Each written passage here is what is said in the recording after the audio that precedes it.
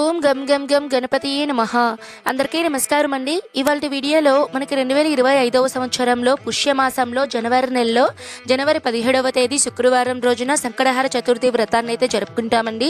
ఈ రోజున గణపతికి పూజ ఉదయం ముడుపు కట్టిన దగ్గర నుంచి రాత్రి చంద్రునికి అర్ఘ్యం ఇచ్చేంత వరకు ఎటువంటి పూజా విధానం విధి విధానాలు ఆచరించాలి అన్నీ కూడా క్లియర్గా నేను ఈ వీడియోలో అయితే తెలియజేస్తున్నానండి. వీడియోని మాత్రం స్కిప్ చేయకుండా చూడండి.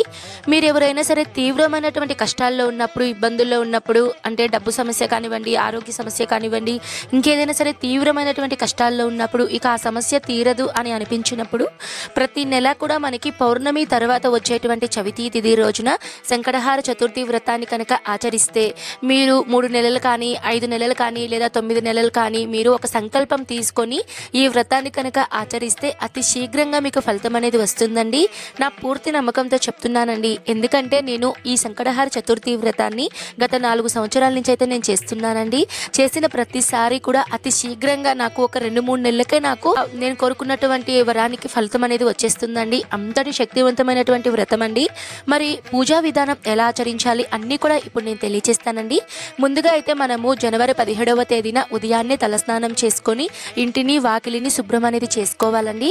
ఈ సంకటహార చతుర్థి వ్రతం రోజున ముఖ్యంగా పాటించవలసిన నియమాలు ఏంటంటే, ఎవరైనా సరే మీరు ఈ వ్రతాన్ని ఆచరించాలి అని అనుకుంటే వాళ్ళు తప్పకుండా ఇంట్లో నాన్ వెజ్ అనేది తినకూడదండి. అలానే తలకి నూనె అనేది రాయకూడదు. బ్రహ్మచర్యం అనేది తప్పకుండా పాటించాలండి. తప్పకుండా ఈ రోజున పూజ చేసేవాళ్ళు ముడుపు అనేది కట్టుకోవాలండి. ఇక్కడ ముడుపు గురించి నేను మీకు 2 రకాల పద్ధతులు అయితే చెప్తానండి. ఒక పద్ధతి వచ్చేసి నేను ఎలా చేస్తానో అది మీకు చెప్తాను. ముందుగా అయితే ముడుపు కోసం మీరు ఏదైనా ఒక వస్త్రాన్ని తీసుకోవాలండి. ఎర్రటి కానీ, పసుపు కానీ, పచ్చ కానీ ఏదైనా ఒక మంచి వస్త్రం అనేది తీసుకొని 4 మూలల పసుపు కుంకుమ అనేది పెట్టుకొని 3 దోసిళ్ళు కానీ 3 పిడికిళ్ళు కానీ బియ్యం అనేది తీసుకొని అందులో తాంబూలం, తమలపాకులు, ఎండు ఖర్జూరం, అలానే వక్కలు, అలానే పుష్పం ఒకటి, అలానే దక్షిణగా ఎంతో కొంత అండి 51 రూపాయి కానీ 101 రూపాయి కానీ ఎంతో కొంత మీ శక్తి కొలది దక్షిణ అనేది పెట్టుకొని మీరు ఆ ముడుపు మీద 2 చేతులు పెట్టుకొని మీ మనసులో ఉన్నటువంటి కోరిక అనేది చెప్పుకోవాలండి. ఆ సంకటహార గణపతికి కోరిక చెప్పుకొని, స్వామి నేను ఇట్లా బాధపడుతున్నానని మీరు చెప్పుకొని తర్వాత ముడుపుని 3 ముళ్ళు అనేది వేసుకోవాలండి. ఈ ముడుపు కట్టే విధానం అంతా మీరు ఉదయం చేసుకోవాలండి. కొంతమంది ఏం చేస్తూ ఉంటారంటే ఈ ముడుపు అనేది ఒక్కసారి కట్టేసుకొని వాళ్ళ సంకల్పం తీరిన తర్వాత ముడుపులోని బియ్యాన్ని తీసి నైవేద్యం అనేది చేస్తారండి. నేనైతే అలా చెయ్యనండి. ఎందుకంటే ఇప్పుడు మనం ముడుపు అనేది ఉదయం కట్టుకొని సంకల్పం అనేది ఒక 5 నెలల తర్వాత నేను ఈ ముడుపులోని బియ్యాన్ని తీస్తే ఆ ముడుపులో నేను పెట్టినటువంటి తమలపాకులు కానివ్వండి లేదా ఆ పుష్పాల్లో ఉండేటువంటి తేమ అనేది బియ్యం మీద పడి బియ్యం అనేది బూజైపోతాయండి. అందుకని నేను ఆ విధి విధానాన్ని అయితే మీకు తెలియపడం లేదు. అలానే నేను అలా చెయ్యనండి.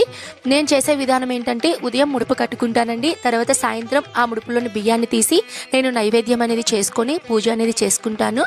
ముందుగా అయితే ఉదయాన్నే మీరు గణపతికి మీ పూజా రూమ్లో కానీ లేదా మీకు పూజా రూమ్లో ప్లేస్ లేదు అని అనుకుంటే కింద చక్కగా ఒక పీఠం అనేది ఏర్పాటు చేసుకొని గణపతికి ఫోటో అనేది పెట్టుకొని అలానే ఇరువైపులా 2 దీపాలను పెట్టుకొని ముడుపు అనేది కట్టుకొని గణపతి ముందు పెట్టుకొని సింపుల్గా పూజ అనేది చేసుకోవాలండి. ఉదయం అనేది సింపుల్గా చేసుకోవాలి. సంకటహార చతుర్థి వ్రతం అంటేనే సాయంత్రం మనకి చంద్రోదయ సమయంలో ముఖ్యంగా చవితి తిథి ఎప్పుడైతే ఉంటుందో అప్పుడు మనం పూజ చేయాలండి. అప్పుడు పూజ చేస్తేనే మనకి ఆ వ్రతం అనేది సంపూర్ణం అవుతుంది అని చెప్తారండి. ఈ విధంగా ఉదయం సింపుల్గా పూజ అనేది చేసుకోవాలండి. తర్వాత ముఖ్యంగా పాటించవలసిన నియమం ఏంటంటే ఉదయం నుంచి మీరు రాత్రి చంద్రోదయం వరకు మీరు ఉపవాసం అనేది ఉండాలండి. ఖచ్చితంగా మీరు రోజంతా ఉపవాసం ఉండాలి. లేదండి మేము ఉండలేము, మాకు హెల్త్ సరిగా లేదు, కొద్దిగా బీపీ షుగర్లు ఇలా హెల్త్ ఇష్యూస్ ఉన్నాయి అని అనుకున్న వాళ్ళు పాలు కానీ పండ్లు కానీ అవి తింటూ ఉండొచ్చండి. ఉపవాసం అనే నియమం ఎందుకు పెట్టారు అంటే ఆ భగవంతునికి దగ్గరగా ఉండి మనం నిత్యం ఆయన నామస్మరణ చేస్తూ పూజ చేసుకుంటాము, మనసు అంతా మనకి ఆ దేవుని మీద ఉండేలాగా ఉంటుంది అని ఈ ఉపవాసం అనే నియమం పెట్టారండి. కాబట్టి మరీ మీరు ఏమీ తినకుండా అలా ఏదైనా హెల్త్ ప్రాబ్లమ్స్ ఉంటే మాత్రం ఖచ్చితంగా మీరు పాలు పండ్లు అనేటివి తీసుకొని పూజ అనేది చేసుకోవాలండి. ఉదయం నుంచి సాయంత్రం వరకు ఉపవాసం ఉండి మీరు సాయంత్రం ఏం చేయాలి అంటే ప్రదోష సమయంలో వినాయకుని దగ్గర 2 దీపాలు అనేటివి వెలిగించుకొని తర్వాత ఆ ముడుపు కట్టుంటారు కదా అండి, ఆ ముడుపుని మీరు ఓపెన్ చేసి అందులో ఉన్నటువంటి బియ్యం అనేది మీరు ఆ బియ్యంతో ఏదైనా బెల్లం పరమాన్నం కానివ్వండి, బెల్లం పాయసం కానివ్వండి, ఏదైనా సరే అండి మీరు ఒక నైవేద్యం అనేది చేసుకోండి. ఇక్కడ ముడుపులో బియ్యం అనేది వేస్తారు కదండి, అది మీ కుటుంబ సభ్యులు ఎంతమంది ఎంత తినగలరో అన్ని బియ్యం మాత్రమే తీసుకోండి. ఒక్కొక్కసారి కొంతమంది ఏం చేస్తూ ఉంటారంటే దోసిళ్ళు అనేటివి బియ్యం వేస్తూ ఉంటారండి. అలా దోసిళ్ళు వేస్తే ఇంట్లో ఉన్న వాళ్ళు తినలేకపోయి మళ్ళీ ఆ నైవేద్యం అనేది వేస్ట్ అయిపోతే మనకి అంత మంచిది కాదండి. అందుకని మీరు ఎంత తినగలరో అన్ని బియ్యం మాత్రమే తీసుకొని నైవేద్యం అనేది చేసుకోండి. సాయంత్రం మనము వినాయకునికి షోడశోపచార పూజ అనేది చేసుకోవాలండి. ఇక్కడ ఏంటంటే మనము ఇద్దరు గణపతులకి పూజ చేసుకోవాలండి. ఏంటండి మనం ఆల్రెడీ గణపతికే కదా మనం పూజ చేస్తున్నాము, మళ్ళీ ఇద్దరు గణపతులకి ఏంటండి పూజ చేసేది అంటే, మనం ఏ పూజ చేసినా సరే ప్రథమ పూజ్యం ఆ గణపతికి అయితే మనం పూజ అనేది చేసుకోవాలండి. ఆదిదేవుడు విఘ్న నివారకుడు ఆ గణనాథునికి మనము ముందుగా అయితే పూజ చేసుకోవాలండి. తర్వాత సంకటహార చతుర్థి వ్రతం కాబట్టి సంకటహార గణపతికి అయితే మనం పూజ చేసుకోవాలి. ముందుగా ఆది గణపతి కోసం మీరు పసుపుతో చిన్న గణపతిని చేసుకొని పూజ చేసుకోవచ్చండి. లేదు మీ ఇంట్లో 2 గణపతుల ఫోటోలు కనుక ఉంటే ఒక గణపతిని మీరు ఆదిదేవుడిగా మీరు ధ్యానిస్తూ ఇంకొక గణపతికి మీరు సంకటహార చతుర్థి గణపతిగా మీరు పూజ అనేది చేసుకోవచ్చండి. నేనైతే ఇక్కడ గణపతికి అయితే నా దగ్గర విగ్రహం ఉందండి, అందుకని విగ్రహం అయితే పెట్టుకొని నేను ఆదిదేవునిగా పూజ అనేది చేసుకున్నానండి. తర్వాత స్వామికి పంచోపచార పూజ అనేది చేసుకున్న తర్వాత డైరెక్ట్ ఫోటో పెట్టుకున్నాను కదండి, అక్కడ ఉన్నటువంటి సంకటహార చతుర్థి గణపతికి షోడశోపచారాలతో పూజ అనేది చేసుకున్నానండి. నాకు తెలిసి ఇప్పుడు ఉన్నటువంటి కాలంలో ప్రతి ఒక్కరికి షోడశోపచార మంత్రాలు అనేటివి తెలిసి ఉంటాయండి.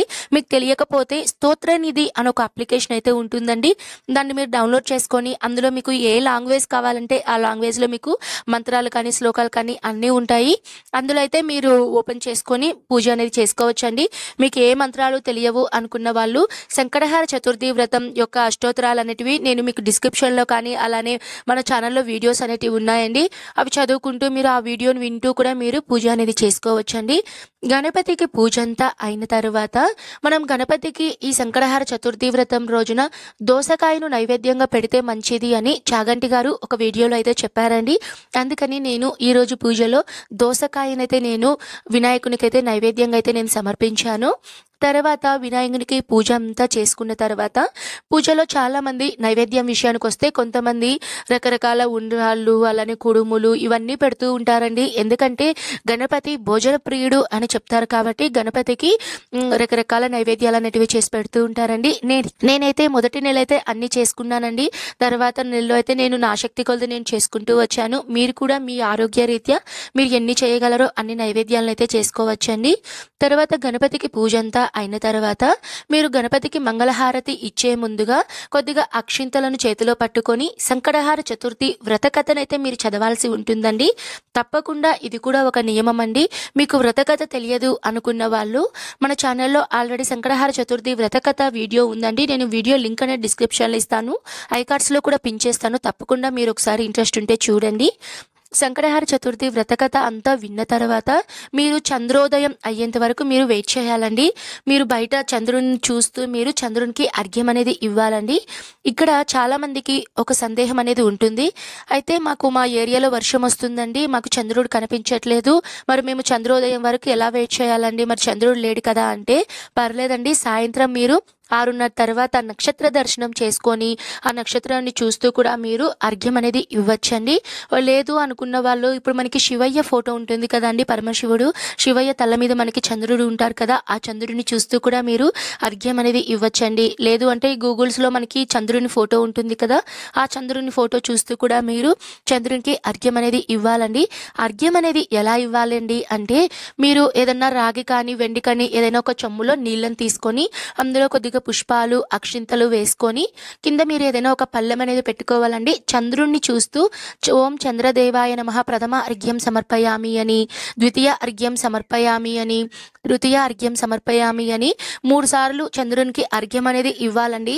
సంకటహార చతుర్థి వ్రతం పూజా పుస్తకం అనేది మనకి పూజా షాప్స్ లో దొరుకుతుందండి. కరెక్ట్గా 10 రూపీస్ అయితే మనకి పూజా పుస్తకం అనేది వస్తుంది. అందులో మనకి అర్ఘ్యానికి సంబంధించిన మంత్రాలన్నీ కూడా క్లియర్ గా ఉంటాయండి. మీకు తెలియకపోయినా కూడా మీరు ఓం చంద్రదేవాయ నమః అని, లేదా చంద్రుని భార్య ఉంటుంది కదండి రోహిణీదేవి అని, రోహిణీదేవి నమః ప్రథమ అర్ఘ్యం సమర్పయామి అని అలా మీరు అర్ఘ్యం అనేది ఇవ్వాలండి. కొంతమంది చంద్రుని చూస్తూ కూడా పైన చంద్రుని చూస్తూ కింద నీటిని అయితే వదులుతూ ఉంటారండి. కొంతమంది కింద ప్లేట్ అనేది పెడుతూ ఉంటారు. మరి కొంతమంది పూల చెట్లు ఉంటాయి కదండి, పూల కుండి, ఆ కుండీలో కూడా నీళ్లు పడేలాగా అర్ఘ్యం అనేది ఇస్తూ ఉంటారండి. అలా కూడా అయితే చేసుకోవచ్చండి. ఇంతేనండి. ఈ విధంగా అర్ఘ్యమంతా ఇచ్చిన తరువాత మళ్ళీ గణపతి దగ్గరికి వచ్చి మీరు గణపతికి మంగళహారతితో నీరాజనం అనేది ఇచ్చి టెంకాయ అనేది మీరు సమర్పించుకోవాలండి. టెంకాయ ఉంటే టెంకాయ కానివ్వండి, లేదా మీరు అరటి పండ్లతో తాంబూలం అనేది సమర్పించుకోవాలి. ఈ విధంగా పూజ అనేది సంపూర్ణం చేసుకోవాలండి. ఇంతేనండి. ఇదే విధంగా ప్రతి నెల కూడా మీరు పూజ అనేది చేసుకోవాలి. పూజ అంతా అయిన తర్వాత మీరు ఎవరైతే ఉపవాసం ఉంటారో వాళ్ళు ఇంట్లో ఉన్న అందరికీ నైవేద్యం అనేది పెట్టి తర్వాత వాళ్ళు ఉపవాసాన్ని అయితే విరమించాలండి. ఇంతేనండి. ప్రతి నెల కూడా సంకటహార చతుర్థి వ్రతం పూజా విధానం, విధి విధానాలు, నియమాలు అన్నీ ఈ విధంగా పాటించాలండి. నేను క్లియర్గా అయితే అన్ని విషయాలు ఈ వీడియోలో అందించాను అని అనుకుంటున్నాను. మీకు ఎవరికైనా సరే డౌట్స్ ఉంటే మీరు కామెంట్ చేయండి. దానికన్నా ముందుగా మీరు వీడియోని ఫుల్ చూడండి. మీకు ఆల్మోస్ట్ ఉన్నటువంటి డౌట్స్ అన్నీ కూడా క్లియర్ అవుతాయండి. ఓకే అండి. నేను మరో మంచి వీడియోతో మీ ముందైతే ఉంటాను. సర్వే జన సుఖినో భవంతు. స్వస్తి.